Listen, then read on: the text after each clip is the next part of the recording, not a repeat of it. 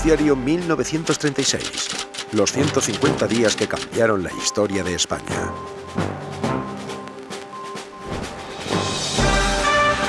Noticiario independiente de la tarde. Desde nuestros estudios de la calle Antonio Maura de Madrid.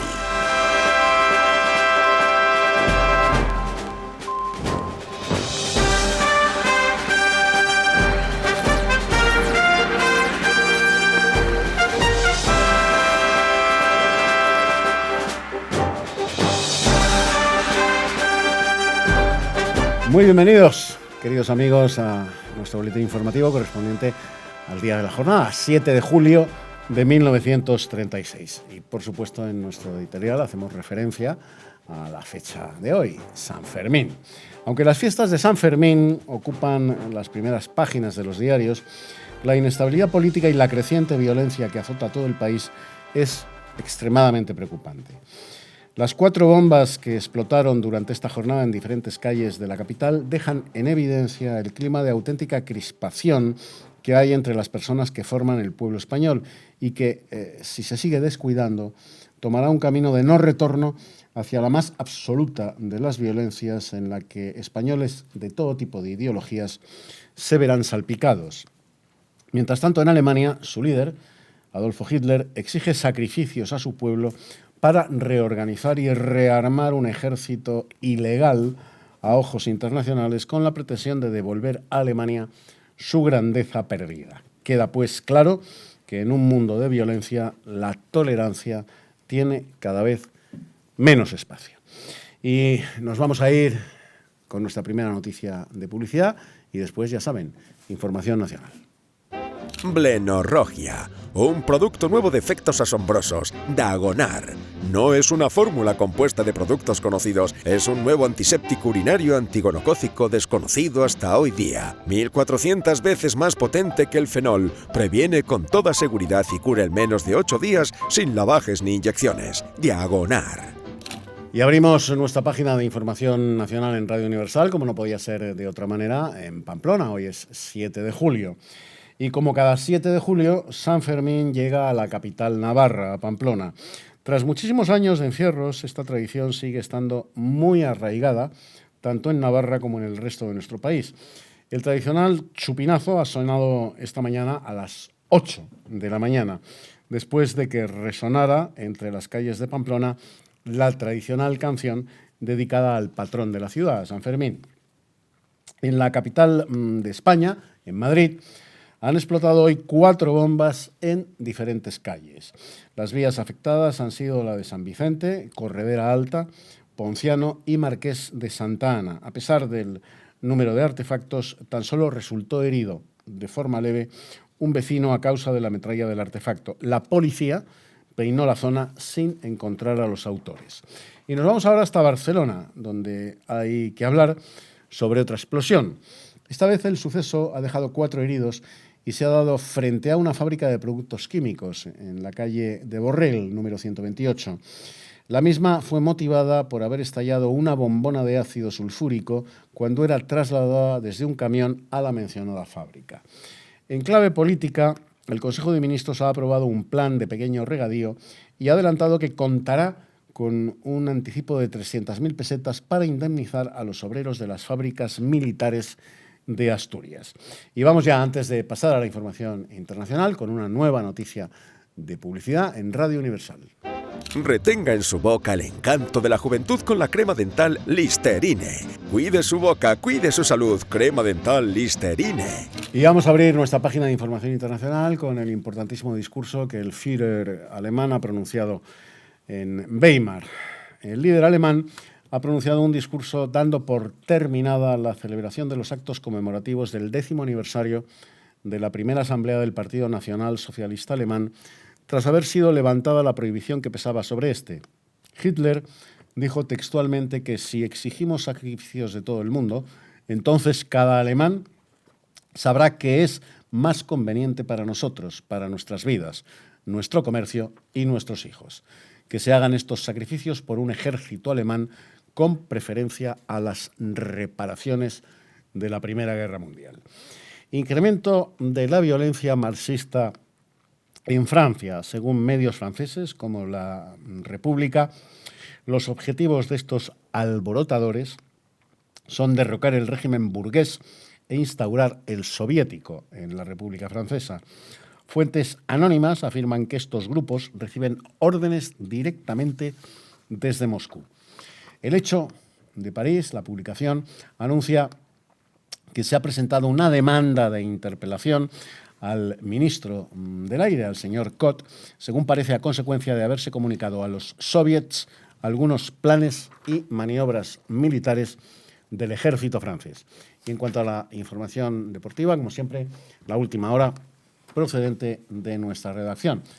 En Barcelona, en la ciudad condal, se ha disputado una serie de eliminatorias organizadas por el Club Marítimo para designar al representante de la entidad en los Juegos Olímpicos de Berlín.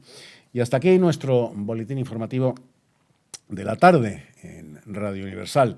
Y en un día como hoy, 7 de julio, festividad de San Fermín, queremos despedirnos con unas jotas navarras interpretadas por Raimundo Lanas. Vaya por Navarra y por España, nuestro particular homenaje musical. Si canto me dice loco,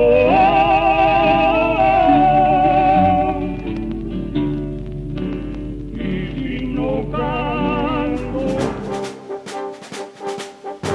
Bueno, pues hoy es 7 de julio, igual que en 1936, 7 de julio, también fecha clave en el calendario español de todo el año, pero en el año 36 especialmente clave, los Sanfermines de 1936.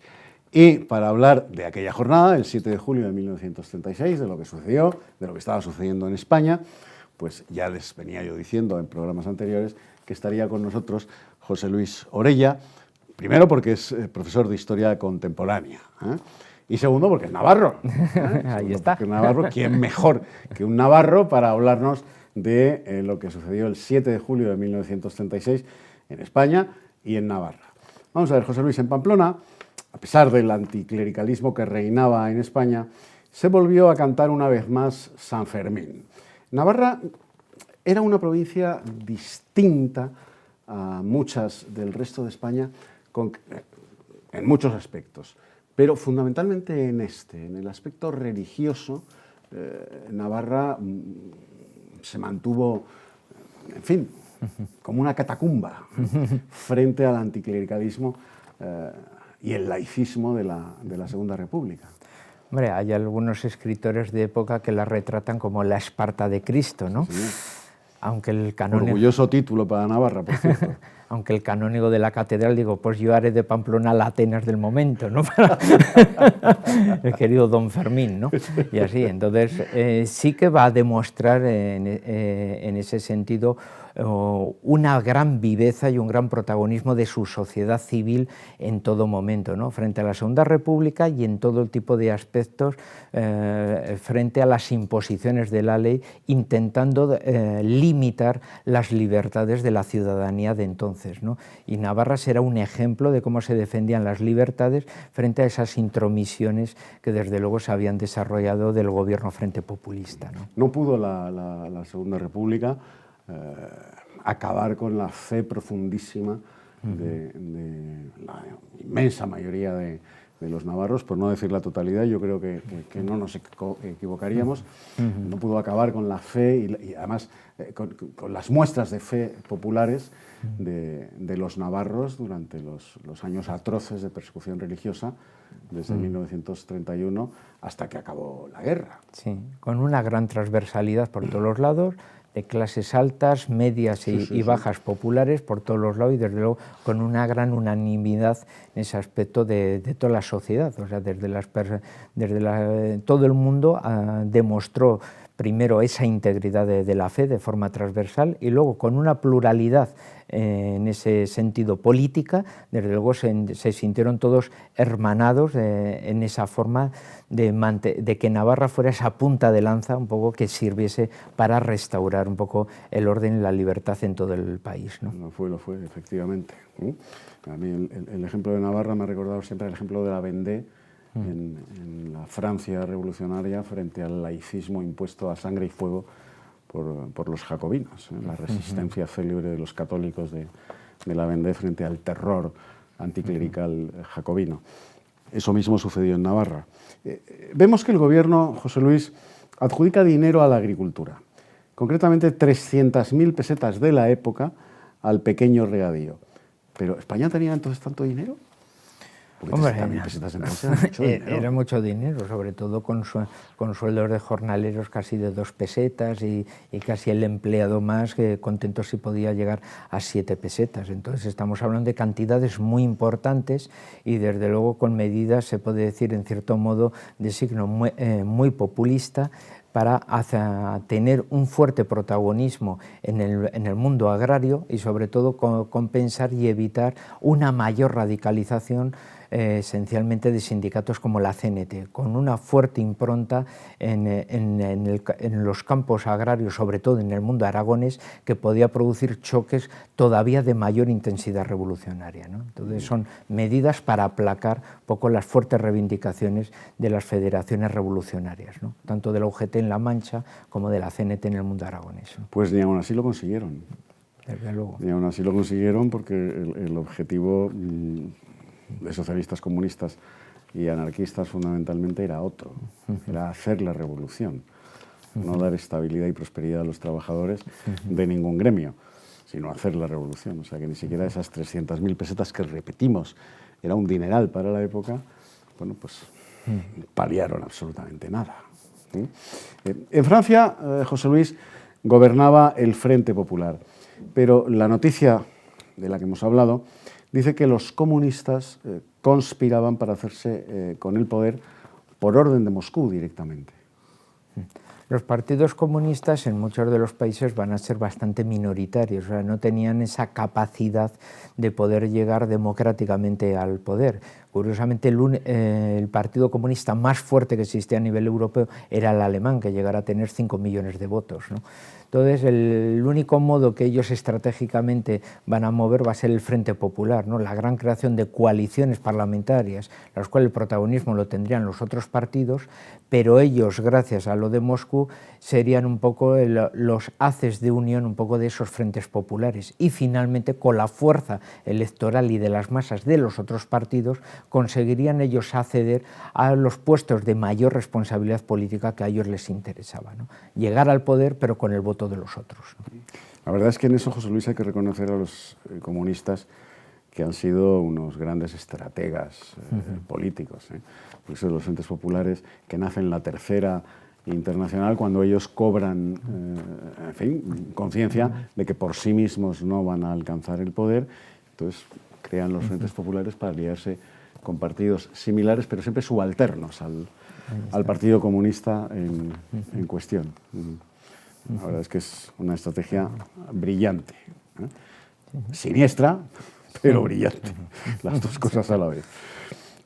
Vemos como el ministro del Aire galo pasa información a los soviéticos, nada menos. ¿Quién era Pierre Cot?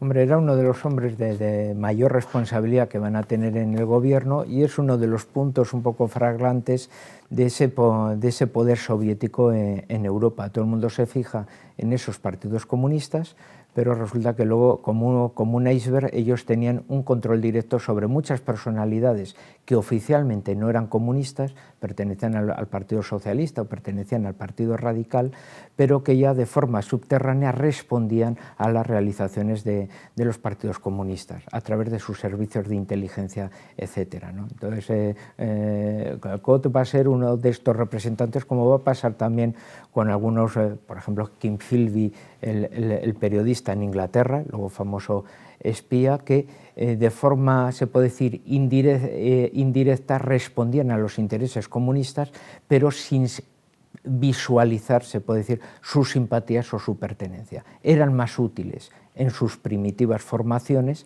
pero siguiendo directrices que pasando a partidos comunistas diminutos, ¿no? Bueno, y rápidamente, querido José Luis, y volviendo al principio del planteamiento del programa de hoy, 7 de julio, San Fermín, ¿no crees que uno de los mayores errores que comete la República es mandar a Mola a Navarra pensando que el general Mola, rodeado de tradicionalistas carlistas y de requetés navarros, pues el medio ambiente, el hábitat navarro lo va a inmovilizar. ¡Qué error, qué inmenso error! No, totalmente, porque van, curiosamente, creyendo que no habría una importancia militar, van a poner una de las mejores cabezas estratégicas con una masa social que necesitaban liderazgo, y van a juntar una máquina perfecta en ese aspecto. Pues nos tenemos que ir. ¡Viva San Fermín! ¡Viva San Fermín siempre! ¡Viva San Fermín! 7 de julio. Adiós, amigos, hasta mañana.